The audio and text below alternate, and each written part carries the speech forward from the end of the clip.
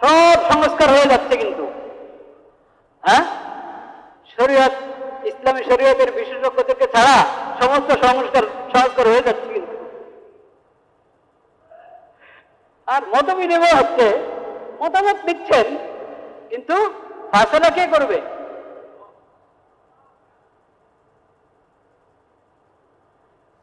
ওটা প্রশ্ন কিনা? সব রাজনৈতিক দল থেকেই নিচ্ছেন, কোন কোন আলেমদেরকেও ডাকা হয়েছে। তারপর মতামত দেন সংস্কারের বিষয়, সংবিধান সংস্কারের বিষয় মতামত। কিন্তু ফায়সালাটা কি করবে? মতামত তো নিলেন সবার থেকে, ফায়সালা করানোওয়ালা, তার ফায়সালার মানদণ্ড কি? তার ফায়সালার মানদণ্ড যমুনা প্রফেসর ইউনূস সাহেব, ডক্টর মাননীয় প্রধান উপদেষ্টা যেখানে বসেন, ওনার মাথার উপরে লেখা আছে কি? লা ইলাহা ইল্লাল্লাহ মুহাম্মাদুর রাসূল। যদি সংস্কার সফল সংস্কার করতে চাই, তাহলে মতামত সবার কাছ থেকে নাও, ফায়সালা হবে লা ইলাহা ইল্লাল্লাহ মুহাম্মাদুর রাসূল। ফায়সালা হবে আতিউল্লাহ ওয়া আতিউর রাসূল ওয়া উলি আমরি মিনকুম ফাইন তানাযাতুম ফি শাইইন ফারুদ্দুহু ইলাল্লাহি ওয়া রাসূল।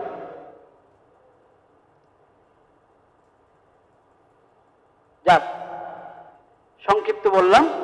কি বলেছি? বাক্যটা বলেন, আতি কুল্লাযী হাক্কিন হাক্কা। শুধু নারীও না, শুধু পুরুষও না, শুধু সংখ্যালঘুও না, শুধু সংখ্যাগরিষ্ঠ না।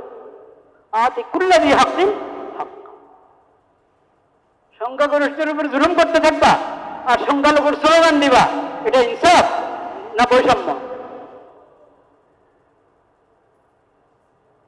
আল্লাহ আমাদেরকে হেদায়েত দান করুন। প্রতারণা, প্রতারণার বিরুদ্ধে আইন হওয়া দরকার কিনা?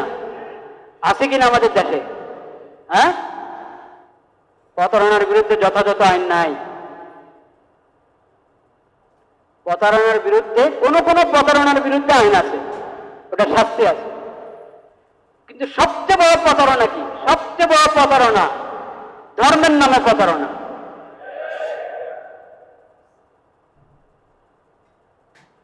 ইসলামের কোন আকীদা মানে না, কোরআন মানে না, হাদিস মানে না, কোরআন বিকৃত করে, হাদিস বিকৃত করে, ইসলামের নবীকে মানে না, কিচ্ছু মানে না, তাও নাম হলো মুসলিম।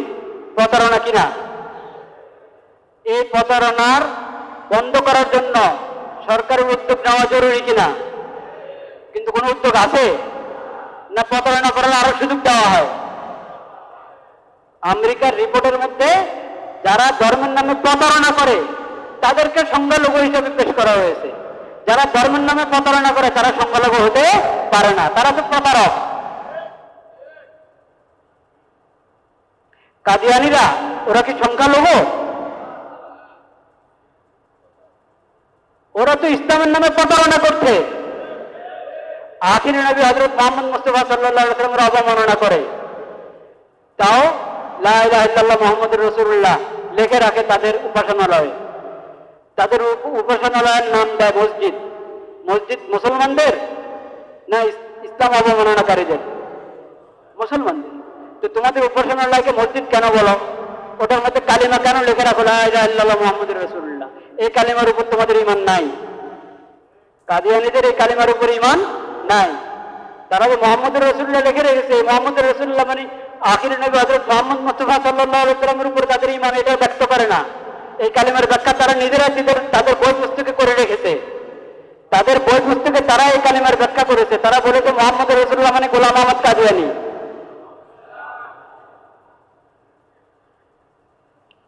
গোলাম আহমদ কাদিয়ানী, কাদিয়ানে হযরত মুহাম্মদ মুস্তাফা সাল্লাল্লাহু আলাইহি ওয়াসাল্লাম নাকি গোলাম আহমদ কাদিয়ানির উপর নতুন করে এসেছে কাদিয়ানে। বলেন নাউযুবিল্লাহ। এর চেয়ে বড় অবমাননা হতে পারে আখিরি নবীর হযরত মুহাম্মদ মুস্তাফা সাল্লাল্লাহু আলাইহি ওয়াসাল্লাম? এর চেয়ে বড় অবমাননা হতে পারে? একজন দাজ্জাল প্রতারক, সে নাকি মুহাম্মদুর রাসূলুল্লাহ। বলেন নাউযুবিল্লাহ। আর এই প্রতারণাকে লিখে রেখেছে তাদের উপাসনালয়। এই প্রতারণা বন্ধ করার জন্য আইন হওয়া দরকার কিনা? তুমি তোমাকে কাদিয়ানী হিসেবে পেশ করো, আহমদিয়া মুসলিম জামাত নাম রাখার তোমার অধিকার নাই। কারো ট্রেডমার্ক চুরি করা জায়েজ আছে? ট্রেডমার্ক চুরি করা যায় আছে নাকি? ট্রেডমার্ক বুঝেন না? হ্যাঁ, ব্যবসায়ীদের বিভিন্ন গ্রুপ আছে না, ব্যবসা, তাদের নিজস্ব একটা মনোগ্রাম বা প্রতীক আছে না, যেটা আইনানুগ ভাবে প্রতিষ্ঠিত। এই প্রতীক যদি আরেকজন ব্যবহার করে, এটা প্রতারণা কিনা? এটার বিরুদ্ধে তো আইন আছে, এটার বিরুদ্ধে আইন আছে। কিন্তু লা ইলাহা ইল্লাল্লাহ মুহাম্মাদুর রাসূলুল্লাহ, এই কালিমা নিয়ে প্রতারণা করা হবে, এটার বিরুদ্ধে আইনের দরকার নেই। যদি তোমরা চাও তোমাদের সংস্কার সফল হোক, তাহলে তোমরা ঈমান নিয়ে, কালিমা নিয়ে, কোরআন নিয়ে, হাদিস নিয়ে প্রতারণা, এটার বিরুদ্ধে আইন করো। তারপরে তুমি সংখ্যালঘু। তুমি কাদিয়ানি, মির্জা গোলাম আহমদ কাদিয়ানিকে নবুয়তের মিথ্যা দাবিদার গোলাম আহমদ কাদিয়ানি, তার উম্মত হিসাবে তুমি নিজে তুমি তার উম্মত হিসাবে তাকে গ্রহণ করেছ। তো তুমি গোলাম আহমদ কাদিয়ানির উম্মত, এই পরিচয় দাও। এই পরিচয় দিলে তুমি সংখ্যালঘু হবে। ইসলামের নাম ব্যবহার করবা, ইসলামের কালিমা ব্যবহার করবা, নিজেকে মুসলিম দাবি করবা, এরপরে তুমি আবার সংখ্যালঘু, এটা কেমন কথা? কেউ মুসলমানদের মধ্যে বিভিন্ন মজাব আছে না? হ্যাঁ, শাফি মাযহাবকে কেউ বলে এটা সংখ্যালঘু? হ্যাঁ,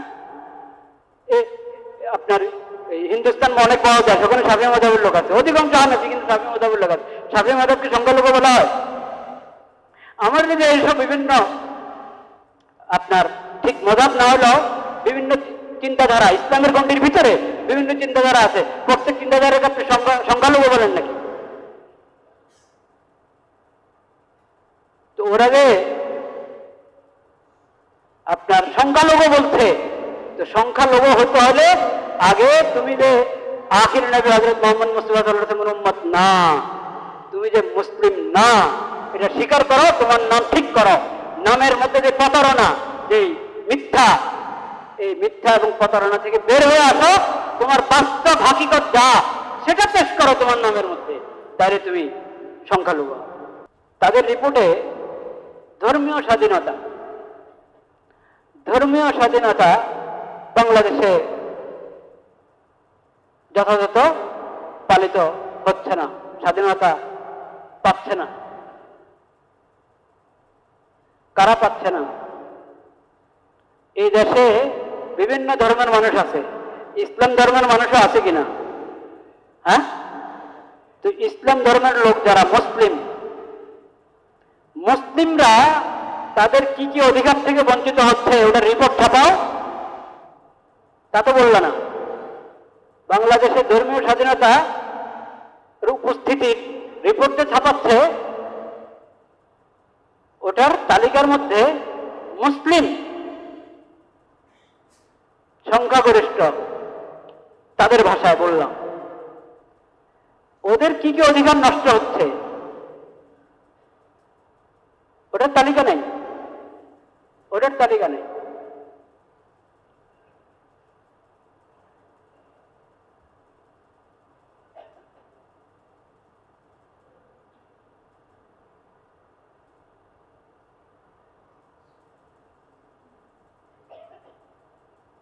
মুসলিম দেশের আদালত অমুসলিমদের আইন অনুযায়ী পরিচালিত হয়, এটা মুসলমানদের ধর্মীয় স্বাধীনতা বিরোধী কিনা? হ্যাঁ, তুমি এটা বলছ? তোমরা যখন পুরা দুনিয়ার গুরু, সবাইকে উপদেশ দিবা, সবার সহযোগিতা করবা, তুমি এখানে মুসলমানদের সহযোগিতা করো। এটা মুসলিম দেশ, তাদের এটার আদালত ইসলামী শরীয়ত অনুসারে পরিচালিত হতে হবে। এটা মুসলিম দেশ, এটার সংসদ ইসলামী শরীয়ত অনুসারে পরিচালিত হতে হবে। এটা মুসলিম দেশ, এটার অর্থনীতি ইসলামী শরীয়ত অনুসারে পরিচালিত হতে হবে। এটা মুসলিম দেশ, এটার রাজনীতি ইসলামী শরীয়ত অনুসারে পরিচালিত হতে হবে। এই রিপোর্ট দিল না, এই রিপোর্ট দিল না। আমরা তো মুসলিম, আমরা আমাদের ইসলামী স্বাধীনতা, আমরা মুসলিম হিসাবে আমাদের ধর্মীয় স্বাধীনতা থেকে বঞ্চিত। তোমরা তোমরা আমাদের দেশের সরকারকে এই নথিহট্টা তো করলে না।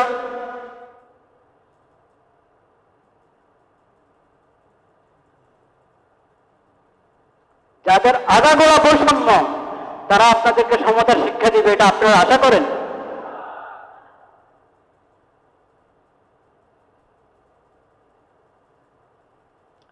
অন্য ধর্মের লোকদের জন্য আলাদা আদালত থাকবে, আলাদা আদালত থাকবে। তাদের বিশেষ ধর্মীয় যে বিষয়গুলো, সেটার জন্য আলাদা আদালত, সরকারি ব্যবস্থা থাকবে। কিন্তু রাষ্ট্রধর্ম যখন ইসলাম, এখানে অধিকাংশ নাগরিক মুসলিম, তো তাদের আদালত তো ইসলামী তরিকা হবে। কিন্তু ইসলামী তরিকা যদি আদালত পরিচালিত হয়, অন্য ধর্মের লোকদের জন্য ভিন্ন আদালতের প্রয়োজন হবে না। বলেন সুবহানাল্লাহ। এটা আমি তাদের ভাষায় কথা বললাম। ইসলামী তরিকার আদালত হলে অন্য যে কোনো ধর্মের লোকেরা তাদের ব্যক্তিগত যে বিষয়গুলো আছে, তাদের ধর্মীয় বিষয় মামলা আমাদের এখানে দায়ের করা হলে সেখানে দুটা ভাগ আছে, দুটা ভাগ। যেহেতু ইসলাম একমাত্র সত্য ধর্ম, যেখানে অমুসলিমদের কল্যাণ কোথায় ওই বিষয়ে বিধান দেওয়া আছে শরীয়তে, সেই বিধানটা পরিচালিত হবে। তারা ইনসাফ চায়, ইনসাফ ভালোভাবে পাবে, শরীয়তের তরিকা তাদের ফয়সালা করে দিলে। আর একান্ত যেটা ওদের নিজস্ব বিষয়, শরীয়ত তাদেরকে তাদের যে ধর্মীয় স্বাধীনতা দিয়ে রেখেছে শরীয়ত, ইসলামী শরীয়ত, সে অনুসারে তাদের ফয়সালা করে দিবে আদালত থেকে।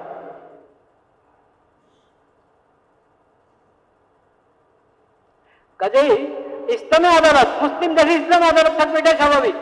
ইসলামী আদালত থাকলে সংখ্যালঘুরা, অমুসলিমরা কখনো বঞ্চিত হবে না, তাদের হক তারা পেয়ে যাবে।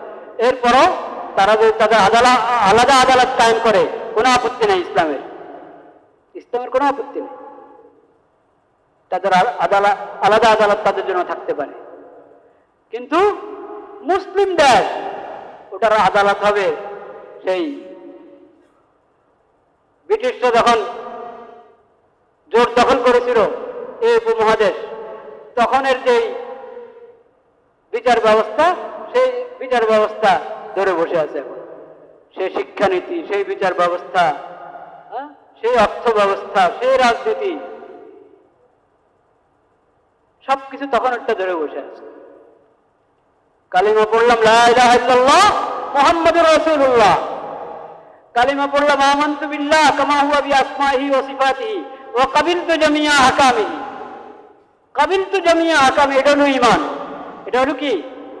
আল্লাহর সমস্ত বিধান আমি কবুল করে নিলাম, রাসূলুল্লাহ সাল্লাল্লাহু আলাইহি ওয়াসাল্লামের সিরাতকে আমি জীবন আদর্শ হিসাবে গ্রহণ করলাম। এটা হলো আমার কালিমার অর্থ। আল্লাহ ছাড়া কোনো মাবুদ নেই, ইবাদত একমাত্র আল্লাহর, প্রার্থনা একমাত্র আল্লাহর দরবারে, বিধান এবং শরীয়ত একমাত্র আল্লাহর।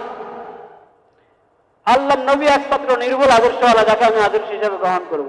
এটা হলো আমাদের কালিমার অর্থ, লা ইলাহা ইল্লাল্লাহ মুহাম্মাদুর রাসূলুল্লাহ। এটা হলো আমাদের ঈমানের অর্থ, আমানতু বিল্লাহ কামা হুয়া বিআসমাইহি ওয়া সিফাতিহি ওয়া কাবিলতু জামিয়া আহকাম। কিন্তু সে আহকাম, অর্থনীতি বলেন, সে আহকামের খবর নেই। ওয়া আখিরু দাওয়ানা আলহামদুলিল্লাহ।